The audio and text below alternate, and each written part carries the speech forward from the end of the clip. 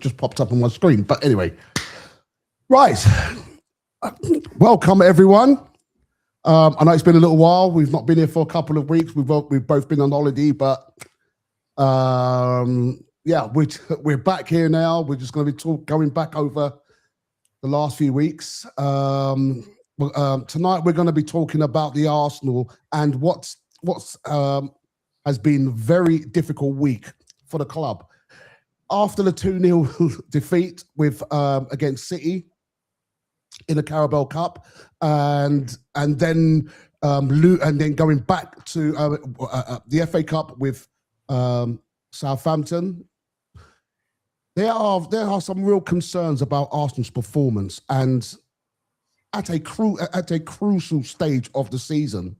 Yes, Arsenal have bounced back in the Champions League by beating Sporting, but the big question is, and this is why I'm going to be asking Adam in a minute. By the way, how you doing, Adam? Very well, thanks, mate. Yeah, yourself? Yeah, not too bad, mate. Big question like this. These are the questions I'm going to be asking Adam.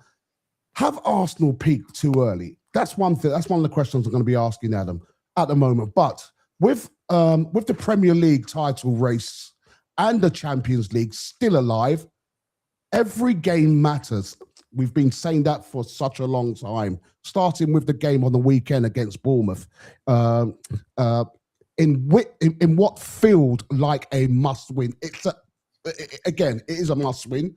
Tonight, obviously, I'm joined by Adam, and we're going to be breaking it down and talking about the tactics, is the mental stage, and whether Mikel Arteta needs to change his approach. And that's what I'm going to be talking about. So let's just dive into this right now. Everyone else, anyone who's watching at the moment, please do me a favor. Please subscribe. Please press the like button.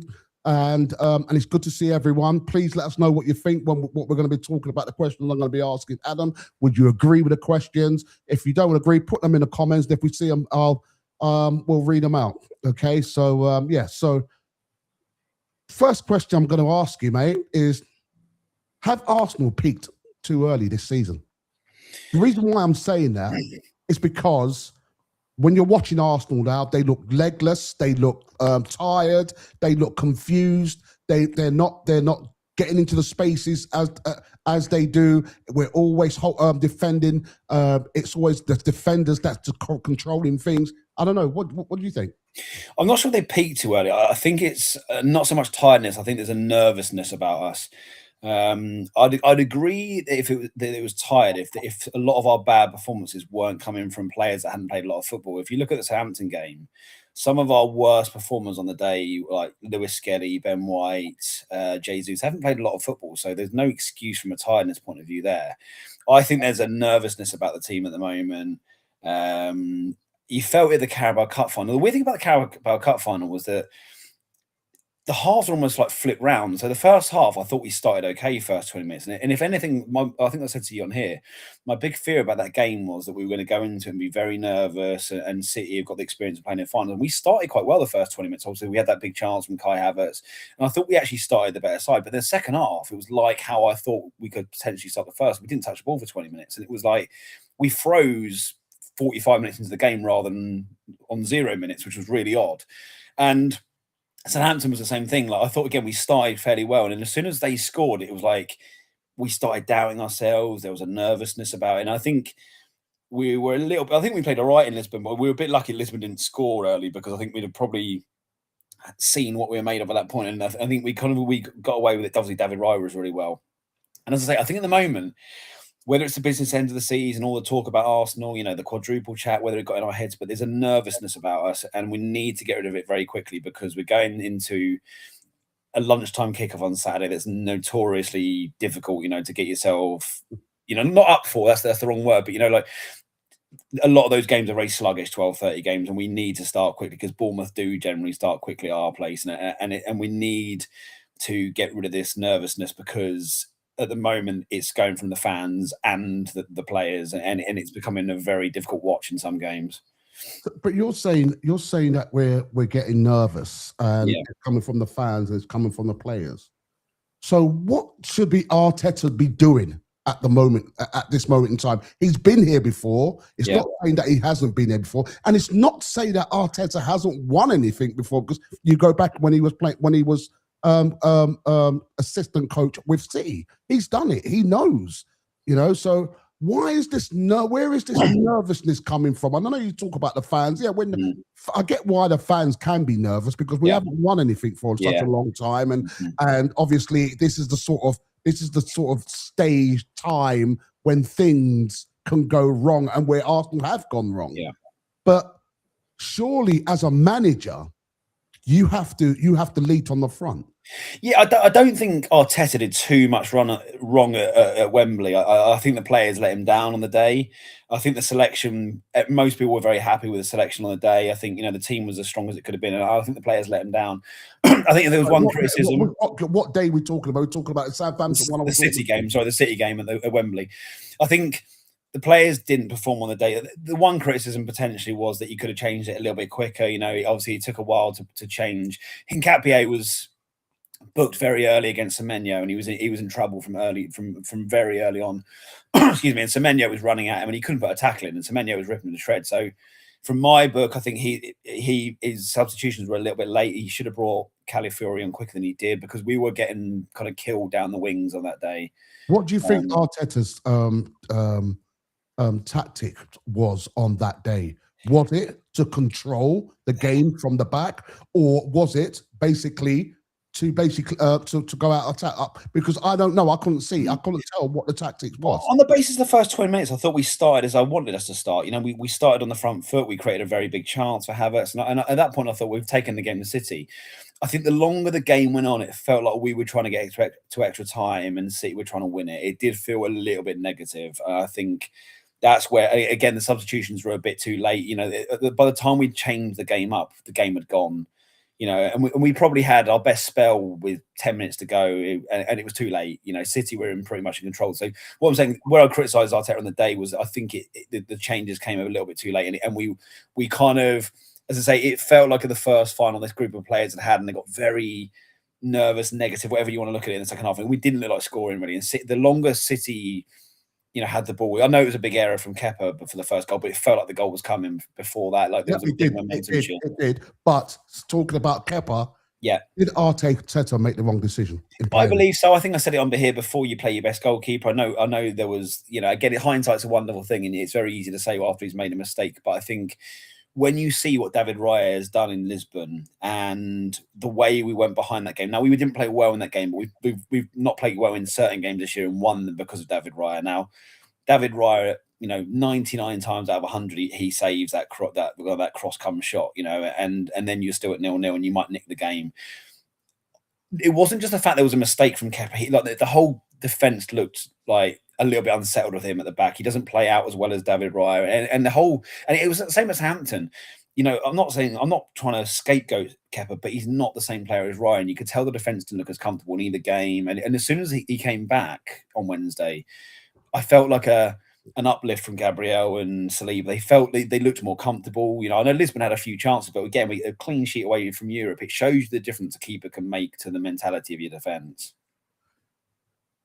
Not just, we talk about Kepa.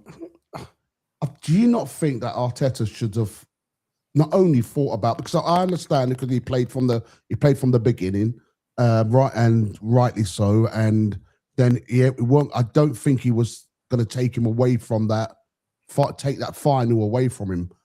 Okay, because I don't know, maybe he's got it in his contract. That is what is in, he plays in these cup matches, so he couldn't go against that. But does Arteta need to think more about, number one, we haven't won anything for such a long time. We haven't won that trophy since the 90s? Yeah. Okay, we haven't won that. That's number one. Number two, the fans hasn't seen a trophy in the last 5-6 years. Okay, so they deserve that because they pay their money to see that, to see Arsenal win a game. Do you think that's being a bit stubborn? Yeah, and unusually for Arteta, like the one thing people normally have a go at me is he's quite cutthroat. If you look at what he's done over the years, he got rid of Ramsdale when people didn't want him to go. He got rid of Smith Rowe when people didn't want him to go. Aubameyang.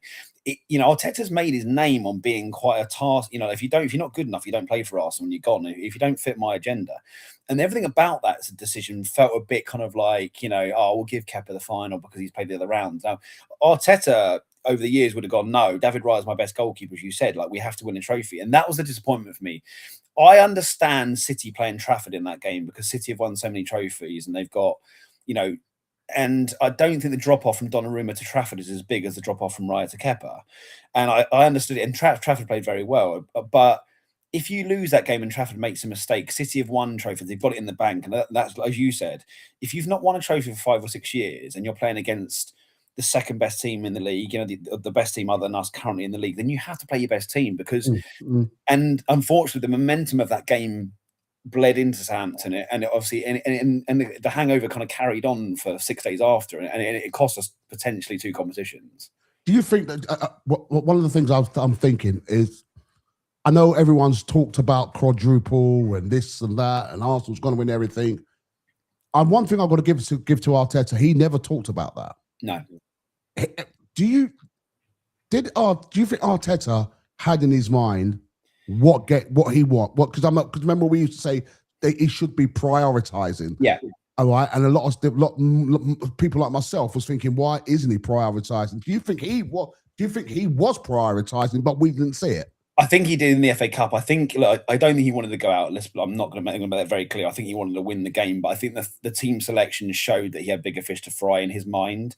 I don't think he was willing to risk the Lisbon game by playing some of the players in Southampton. I think we when we spoke a few weeks ago, we said, when we spoke kind of candidly about the quadruple, I think we both said the one that we expect to go wrong is the FA Cup. And we did. Look, no one. I'm not pretending I'm being an expert in hindsight. I thought we'd beat Southampton with the team we had out, but I think we said the one we expect that we probably won't win is the FA Cup. We probably will have to rotate players in the semi-final. We might lose to a Chelsea or a City in that situation. And I think he probably underestimated Southampton a little bit with the team selection. He probably thought I can get away with having. Again, you can bleed 4 or 5 players in, but there was a few players that were well out of form there. Ben White's not playing well. Lewis Skelly was really poor. There we go. Then that's where we're going to have to talk about the depth now. And a lot of those players played themselves out of any future big game this season. Which ones do you say has done that? I don't see Lewis Skelly playing again this season, maybe bar a 10-minute cameo. I don't see. Did you see the way when I can't remember who barged Lewis Skelly, but it pushed it when he went for a tackle and he went on the floor? And did you see Arteta's? Yeah. It looks at him for. Do you know what I mean? He was.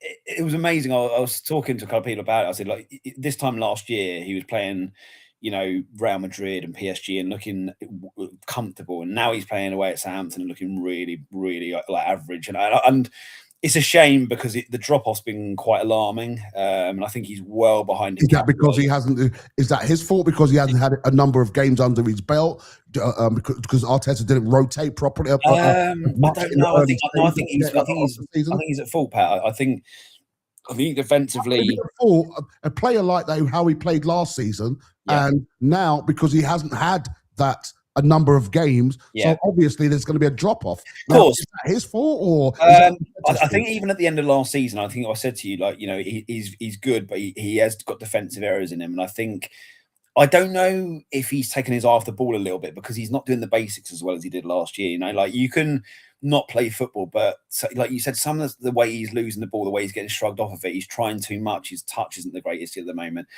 Last year, defensively, I always had question marks over him. He was driving forward. He was on the ball. He was making things happen. Like Southampton, he was going down cul-de-sacs. He was getting caught in possession. He was he was making the wrong pass, and it was like everything about it. Just I can see why he's not playing. You can argue both ways. You can say, okay, you need more football to get into form, but equally, if you've got someone playing as well as Calafiori or Hincapié, you're not going to get ahead of him playing like that.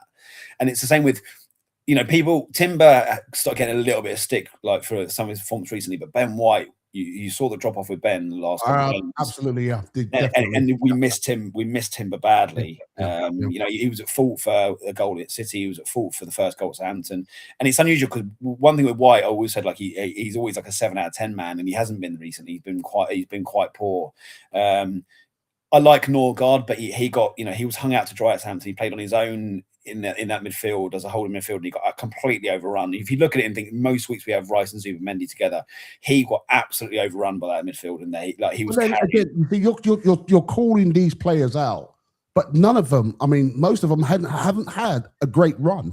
I'm not calling Norgard out for his performance. I'm saying Norgard was kind of a lamb to the slaughter there by being the only defensive midfielder in that game against a very compact Southampton team, and I felt for him on the day. Like I think Norgard's a good player, but I felt on the day tactically there was too many changes. I was saying when you make 8 changes, something like 8 changes, you have to have some of those players in good form. I said Lewis Skelly is in bad form, White's in bad form, Jesus, God knows what happens to Jesus. I mean, since he's come back from his injury, he's so far. Again, that all says to me, no disrespect, I mean, it all says to me there that they, in the early stage of the season, these guys should have got more of a run of a game to get to know how each other plays, because you can't just throw someone in at the end and expect them to, do you know what I mean, to have to keep that level still.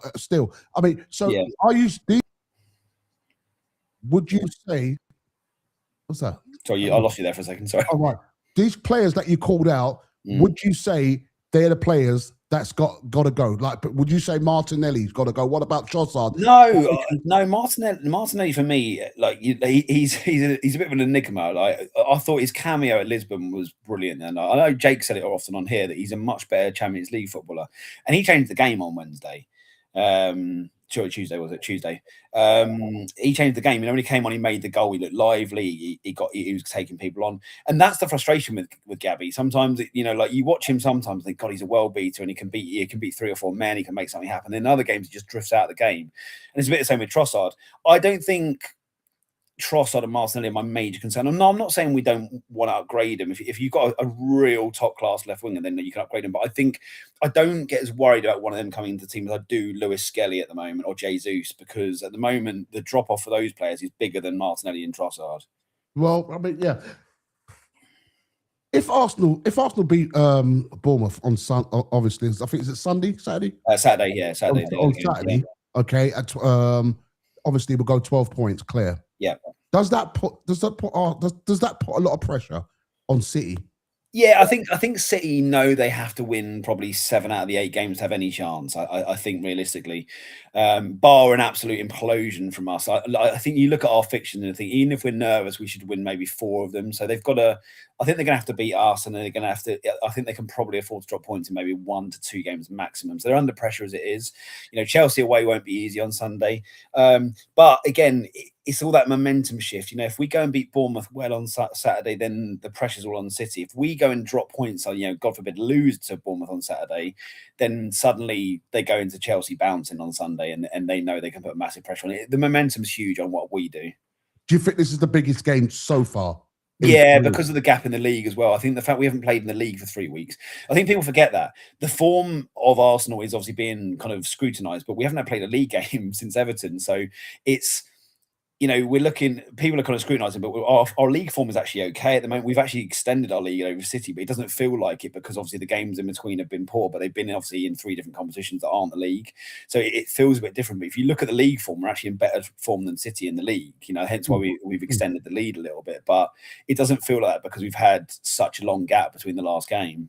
Well, again, I'm just thinking about the way Arsenal blew away teams in the early beginning of the season. When we talk about beating Man United 1-0, then we beat Leeds 5-1, then we obviously lost to Liverpool 1-0. Then we beat Forest 3-0, and then we drew against Manchester City 1-1, and then we went to Newcastle, beat Newcastle 2-1, and then we beat West Ham at home. Then we went to Fulham away and we won 1-0. Then we beat Crystal Palace. You're talking about like beating Burnley 2-0. Southampton, all right, that was a draw. We beat Spurs 4-1. We had a draw with City. With Chelsea, and then we beat Brentford, and then Villa beat us 2-1. We can carry on. The momentum was there. What is it? You're talking about Arsenal being nervous now because we're at the final end of. how is it?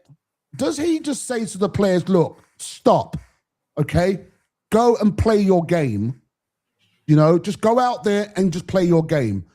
You know, chase them down. You know, win them first balls. You know, stop slowing the game down. You've got players that's quick enough to take on any players in that league.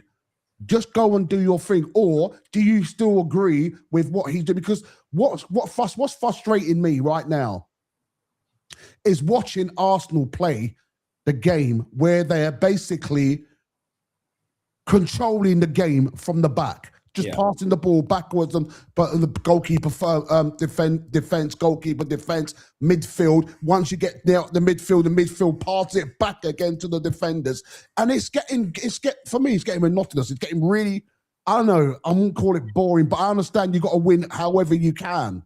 But sometimes, you know, that gives the opposition a bit more belief in themselves as time goes on with the game. They're still in the game, so they can go out and do what they need to do.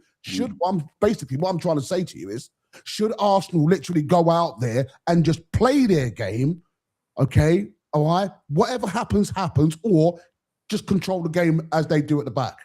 It's a difficult one because I think even the games you were listing, I know there were some big wins in there, but a lot of those games we did play a little bit like this. Now, I think it has got more cautious.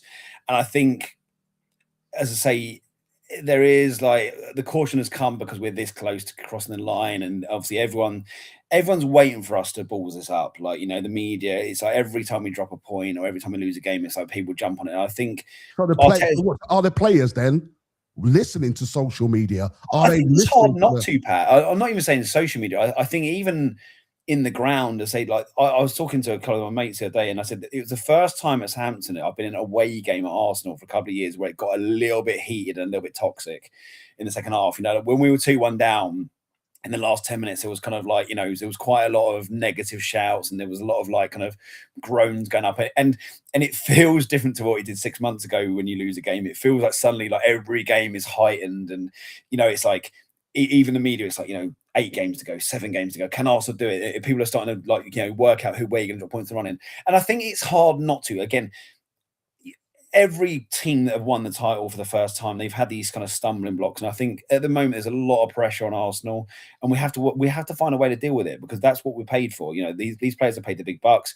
We pay the big money to go and see them. We're favourites for a reason. They have to go and, you know, this is their time to go and show what they're made of. And they did it on Wednesday. They did it on Tuesday night in Lisbon, and they need to do it on Saturday, because there's a lot of question marks over Arsenal at the moment, and they need to be able to answer them. Because absolutely. I mean, obviously, and this is why it's a crucial game, because Bournemouth, Arsenal's got to win that, but Arsenal cannot.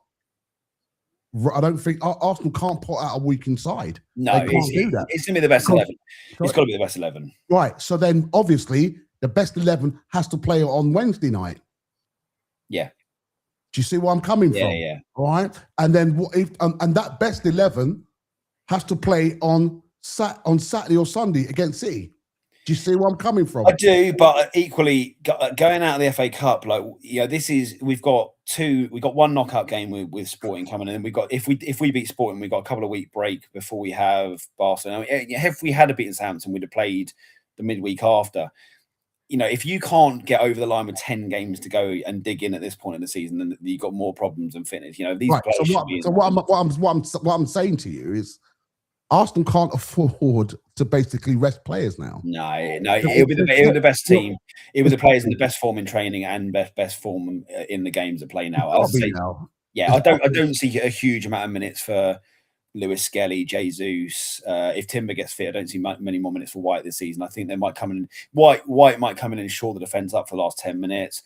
Jesus might get 5 minutes if you're 2-3-0 up. I just don't see him getting many minutes. If like you know what? When Rice didn't play on Saturday, you felt the difference. Like when Rice came back in on Tuesday, you just felt the whole place lift, and there won't be experimentation. This will be the best team going forward now.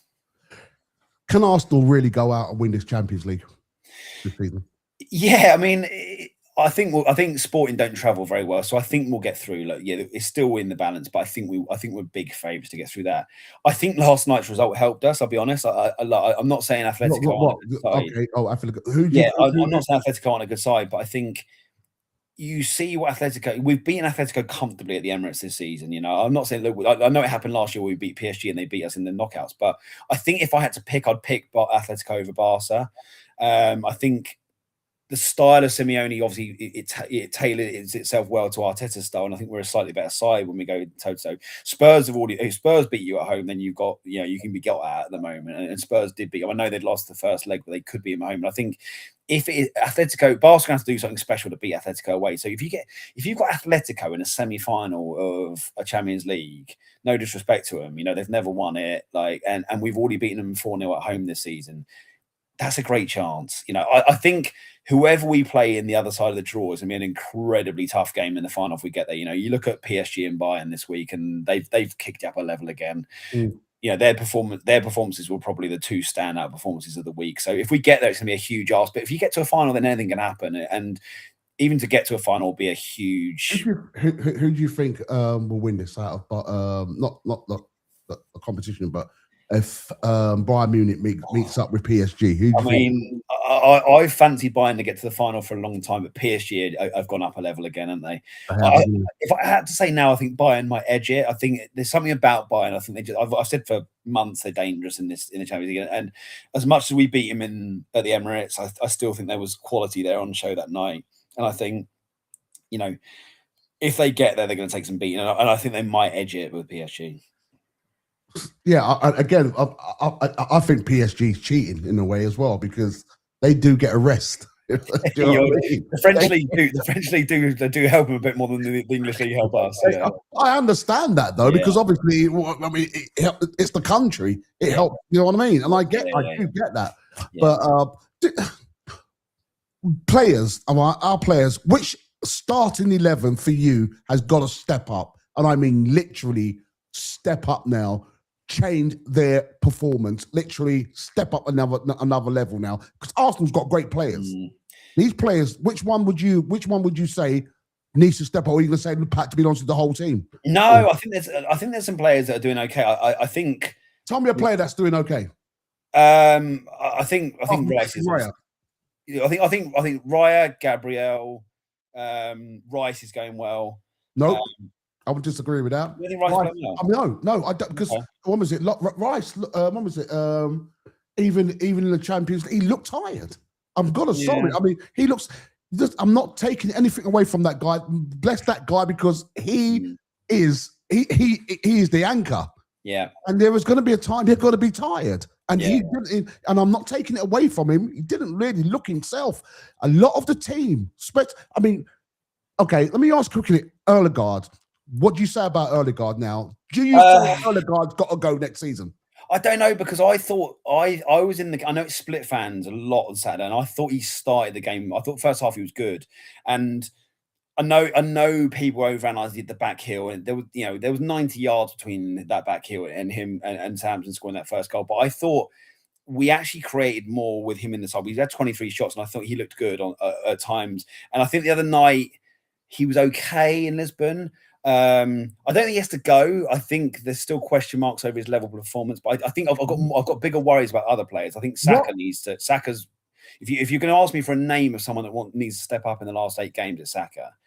If you're looking at where Saka could be and where he's at, he's a mile off of it at the moment. Madueke, is coming on and mixed performance, but he's looking more lively when he comes on for Saka or he's playing games, and that's a bit of a worry that he is becoming. Can you imagine if this time last year we'd question Saka's inclusion in the starting 11? That's what we've got to, Pat. Yeah. No, I agree. You see, with Erdegaard, what disappoints me with him, okay, obviously in that middle, he's the maestro when he's on there. Meaning he links up the play. Yeah. Okay. When you're watching him now lately, number one, he holds the ball for too long. He does. He holds up that ball for too long. Okay. What that says to me is there's no one in the space that he's hoping to pass that ball, because obviously he's the link. If there's someone's in the space now, Victor Gyökeres is open. Yeah, he is open, but he doesn't release the ball. So what he does now, a lot of times now, he's running across that park, but holding the ball for a bit too long and then passing it back to the defenders. Yeah. No, sorry. That's negative. You've got to start looking forward. That holds up our game. And for me, I don't get why he's doing that. I'm surely Arteta must see this. I'm not a coach. I'm not a professional coach, but he must see. I think he did see it on Saturday, because Dowman played centrally for the last half hour. Now, Dowman did okay on the wing in the first 60 minutes, Southampton, but the last half hour in the middle, he was unbelievably good. He was our best player by an absolute mile in the last half hour. You know, he was taking players on. He was getting fouled. He was the only one that looked likely to do anything on Saturday. What is Dowman's? All right, I mean, listen, I don't want to big up Dowman too much, to be honest with you, because for me, I want to see Dowman's end product. I know he's 16 years old, and I know he can take players on. I know he's very skillful, but what is his end product? I know he's done it against the under 16s or under 21s and everything else, but now you're in the big man's league. Can you perform that? Now, I know that he can basically take players on the wing. I know that he can take some shots and whatever, but what is his end product? That's what's worrying me, because one, he hasn't got the experience. You're putting a lot of emphasis on a 16-year-old shoulder to go and try and win you a game. And he's not the finished article yet. That's what worries me. You've got basically people like Martinelli. Now, of course, he's a different player when he plays in the Champions League, but Martinelli has a lot of opportunities to score, to take shots. But sometimes it's always going all over the place. Yes, he's done an absolute amazing pass to Trossard, not to Trossard, to Havertz, all right, to get that goal. But these are the things these players need to understand. You're only going to get one opportunity. Do you understand what I'm saying? So we've got to take these things. And I think Martinelli, he has to step up. Trossard has to step up. Who else is there? I think again. What do you think about Saliba? For me, he looks a bit lost, because he goes up to a defender. He's marks the defender so tightly. He knows he's going to get a foul for it, and I don't know. I think for me, it looks like he's lost a bit of an edge.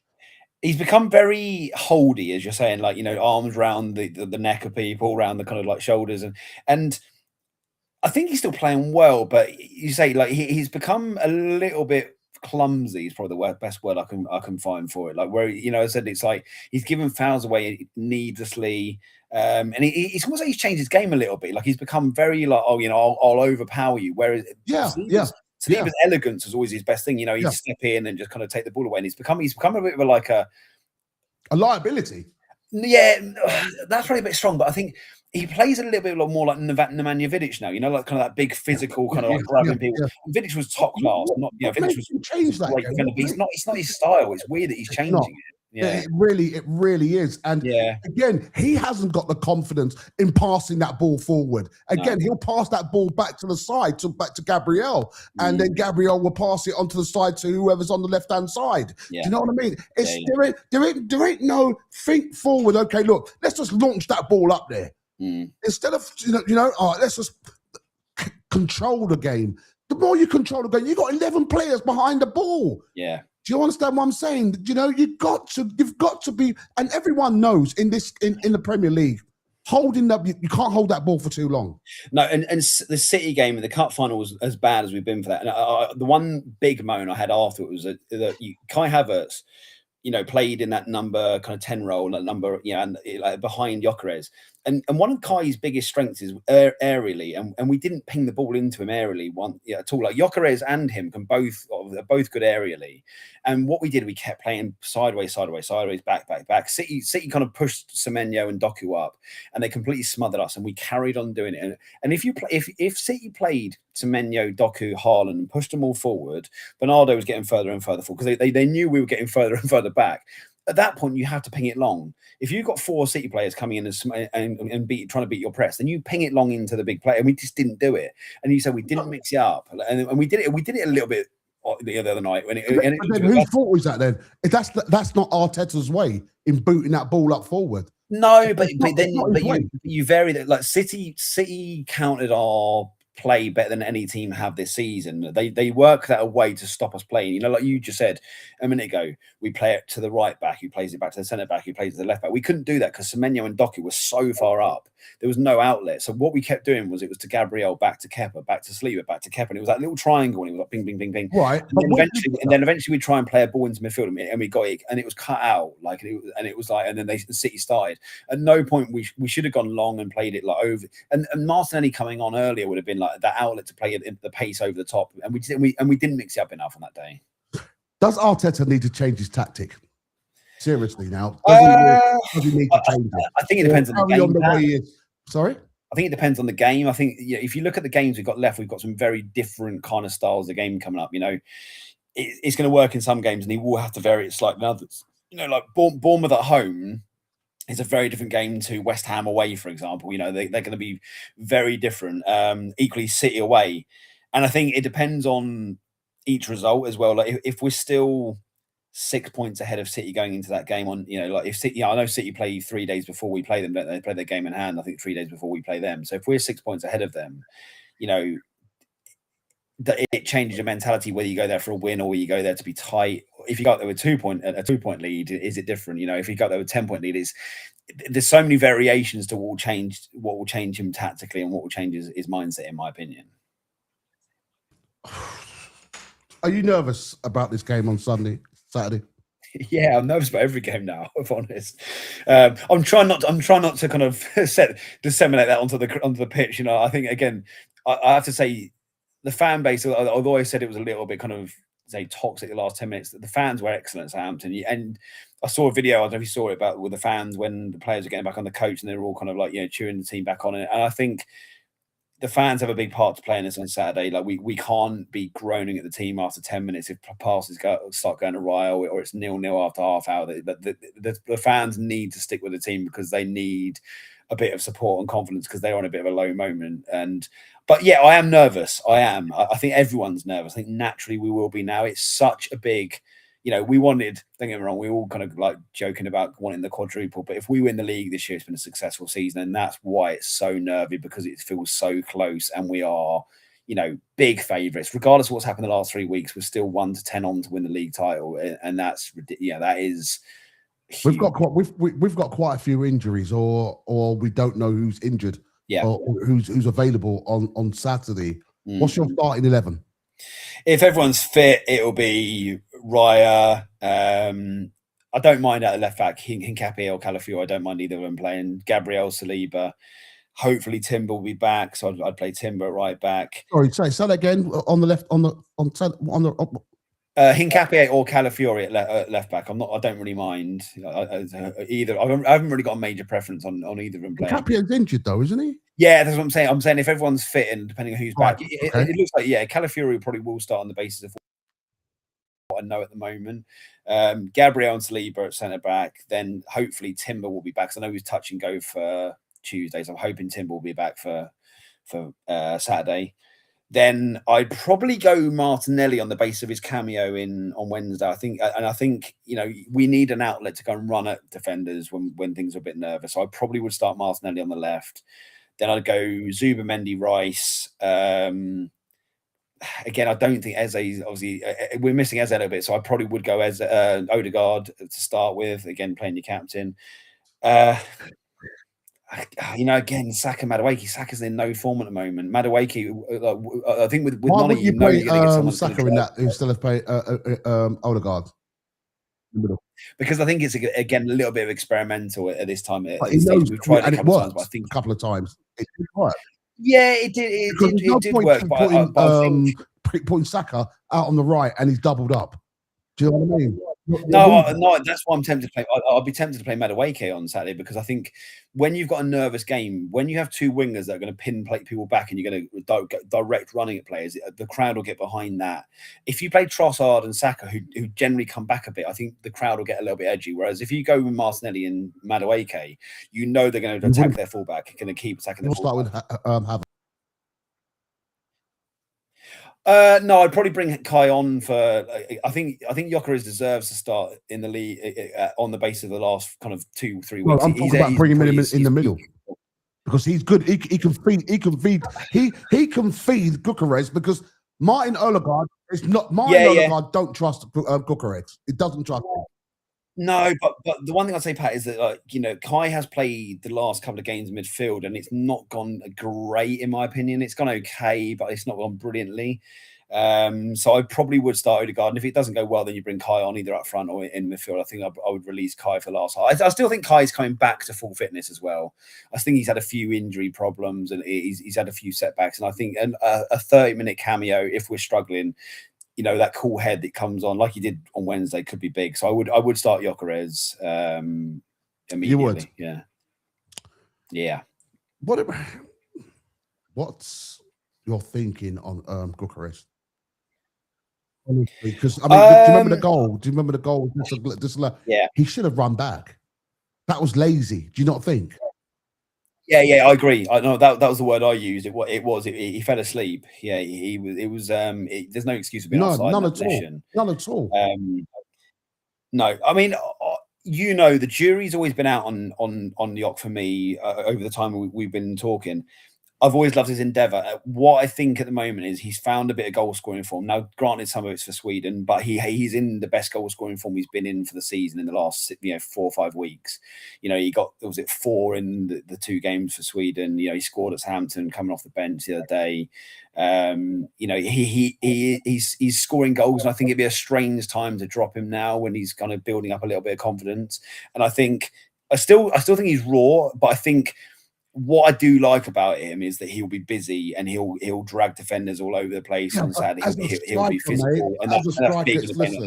As a striker, and you're hard. You're very rarely touching the ball. You're very rarely getting a strike on target or taking a shot, mate. It's just like you've got 10 players. You've got a player short. No, I think he's more involved than he used to be, and I think, as I say, if he does get a chance, he's more likely to take it now because I think his confidence is high. He came on and scored pretty quickly. One thing he needs to learn, all right, and there's me talking about it, and he's 27 years old and he's making all that money. I remember when I used to be a forward, mate. I mean, at the end of the day, all right, I know you're the last man on the last defender, all right, but you don't stick with that defender. You move away from him, or you come back a little bit more deep. Gyökeres don't do that. He stays with that defender, or he would, wherever that defender is, he'll walk towards that defender instead of try and get that open space. Sometimes he does it. He does do it sometimes, but a lot of times when you're watching him, he's always right shoulder to shoulder with a striker. Now, I mean, with a defender. Now, you're supposed to be thinking to yourself, hang on a minute, I need to find space here because it's not me following the defender. The defender follows me. Do you understand what I'm saying? Yeah, I think there's been times when he's got a little bit embroiled in the physical battle with the centre back, and it's become a little bit of a scrap. And I think his movement's been pretty good, but you're right, he sometimes does get too embroiled with the centre back at the moment and makes it a physical battle. And where I do like Kai, that run in Lisbon, where he ghosts in and he doesn't get enough credit for that kind of thing. He's an intelligent footballer. Kai is not he's not the world's greatest finisher, and he's not he's not someone that's going to dominate a game from start to finish with possession stuff, but he's very clever. You look at the assist at Southampton, he didn't have the greatest game at Southampton, but even that, the run he made in behind for Gabriel to then make the goal for Gyökeres, and then the run he made the other day, he's a clever footballer. And that's why I think if things are tight on Saturday and it's half an hour to go and you need someone with a bit of goal to come off the bench and change the game, then that's where Kai comes on and kind of, finds a way when players are tiring. Does Gyökeres need to work more on speed than strength? I think he's quick when he needs to be. I think the problem is, again, do you really think he's a quick player? He looks sluggish to me. Maybe it's me. I've seen him be quick. That's the thing. When I've seen him kind of in certain games, and especially for Lisbon, he has got a turn of pace. But at the moment, most teams play so deep against us. He hasn't really got that opportunity to kind of have a foot race with someone. So no, I wouldn't say that's his biggest thing. I think for me, my concern with him was his first touch. Sometimes it pings into him and it goes 2-3 yards away from him. And I think that's where he's improved a little bit since the Spurs game, where he obviously he scored the 2 goals and his first touch was excellent in those 2 goals. And I think again, he's improved a little bit there, but I think that's the big thing. If you're going to play Bournemouth at home and you're going to maybe get one chance to kind of get a ball out your feet and score, then that's the thing. His touch needs to be on point if he's going to be playing in these kind of tight, cagey games. I think we just need to, I don't know, I think it's just something about when you look at, it was like, when was it, last week? When Arsenal played the FA Cup, and I was thinking to myself, who can come off the bench and score? Obviously, Victor came off the bench and he did score, but do you understand what I'm saying? Win us that game, And we're supposed to have that. We're not supposed to be thinking that way, because we've got the depth, and we've got the bet. We're supposed to have a best players in depth, but yet you're still thinking to yourself, where are their players? Is it because I'll tell you who we miss in this team? Who do you think we really miss in this team? Mikel Marino. I agree. Big time. You can now you can underrated. Totally underrated. Now you can see what he brings to this team. Do you know what I mean? Agree. He finds spaces. He scores goals. He's just a composed. I think I said it about 4 weeks ago. I think I said to you, Marino and Havertz. That kind of calmness they bring to a game, and we have. You're right. What do we need to do? What do we need to do now? I mean, is it obviously you focus on one game at a time? Of course, that's the most important thing. Yeah.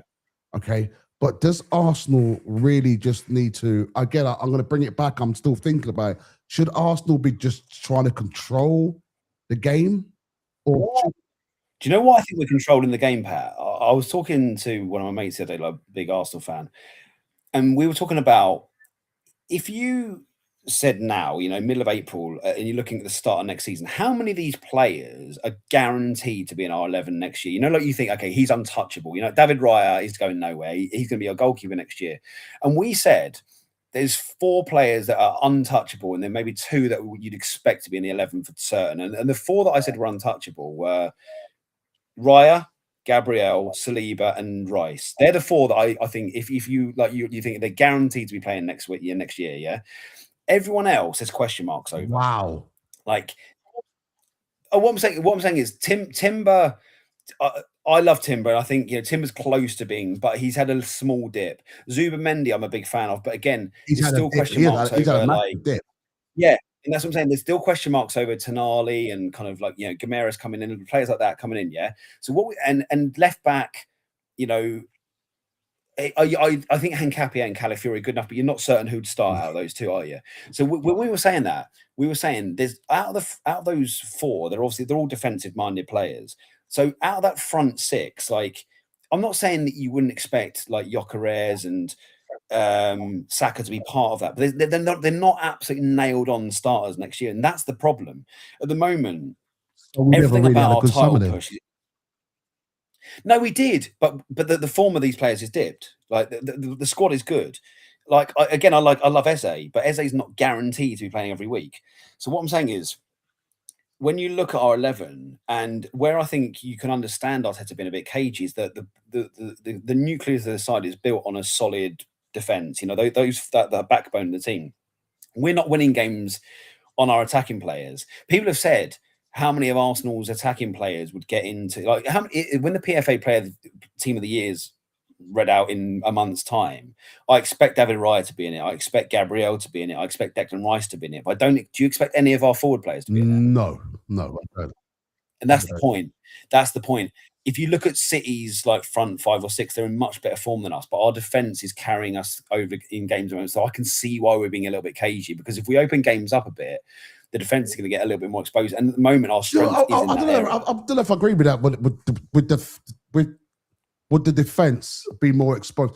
That fences is good enough. I think they're good enough to take care of their own. Honestly, I don't disagree, but you get my point, though, Pat. I do get your point. Attacking-wise, I get not your in great point. form. But I still say the reason why. I mean, you talk about the front, after the defence, from the midfield to the front. I feel to be honest with you, the middle, our midfield will play too much.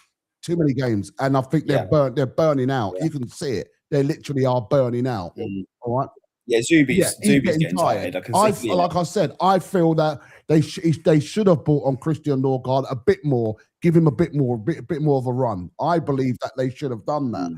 Also, I think they could have given Declan Rice a bit of a rest in certain games. There's been certain games where they used to put, where we're in cup games where we were winning and he was on the bench and they still brought him on. Do you understand what I'm saying? Didn't need to do that. I agree with you on that.